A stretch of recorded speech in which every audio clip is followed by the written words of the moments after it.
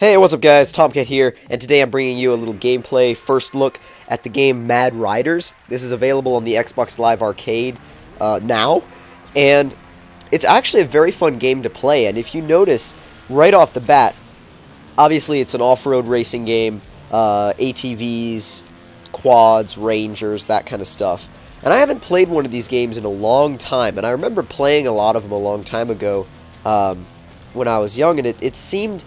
I don't know, there's just something really fun about games like this. I really liked the games I used to play in the off-road genre. I played MX vs. ATV Unleashed back on the PS2, and that game was just absolutely crazy. It was amazing. I loved playing that game.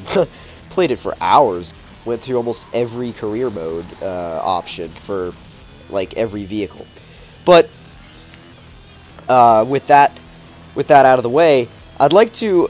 I tried to look at this game kind of with an open mind, because I know they don't have as many vehicle types or any of that kind of stuff that a game would have that you get on a disc.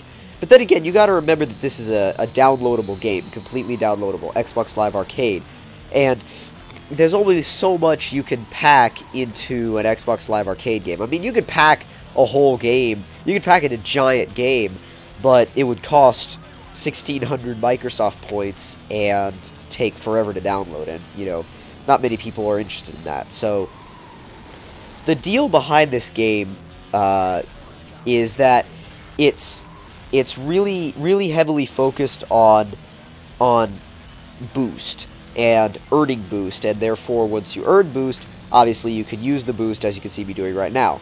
You earn boost by doing tricks, collecting coins, and landing jumps. Everything will earn you boost. That token that I missed back there would have gotten me a certain amount of boost. And once you fill your boost meter up, well, actually, you don't need to fill it up all the way to use it, I remember now. You do not have to fill it up all the way to use it. But you see, by getting those coins, you get boost, which then you can use.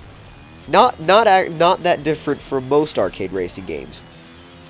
But the cool thing about this game is the interesting style aspect to it. It's not trying to look totally real. It gets that it's arcadey.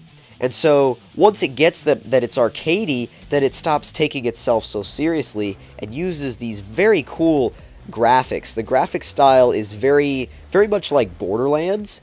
If you guys have ever played that, it's sort of real, but it's sort of cartoony on the other side of that, which I think is really cool. I like when games don't take themselves so seriously, and I think that it actually adds quite a bit of fun factor to the game to have that kind of art style. You can see the customization interface right now.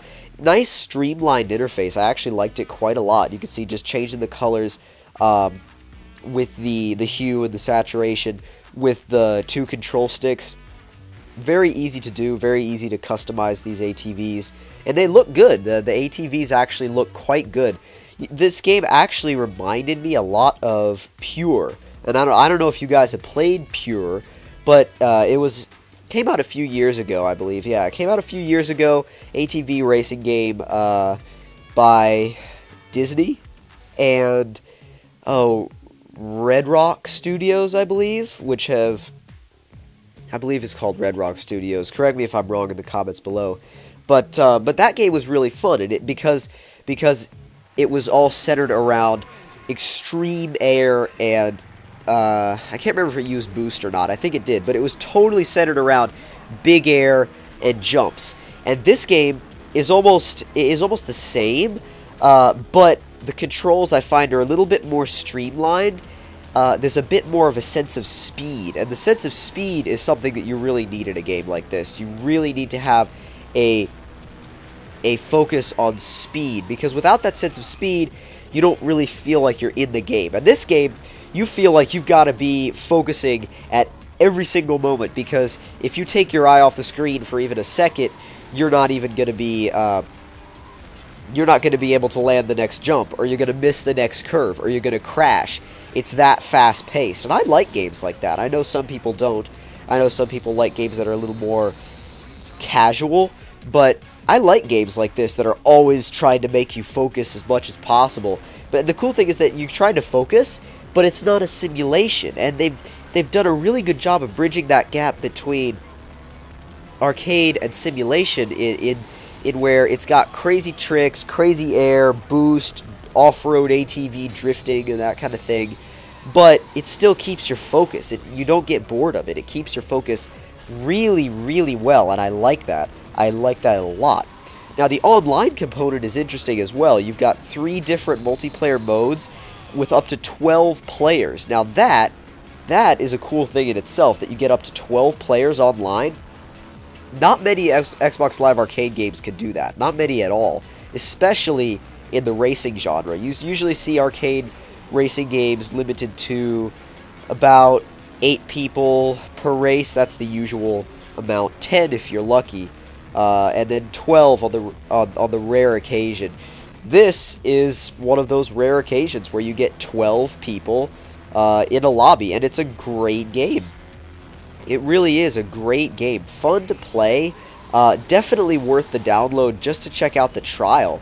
And that's, again, the great thing about Xbox Live Arcade games is that you can get those trials. Always love that. But anyway, check out the trial. If you like it, then great. If you don't like it, great too.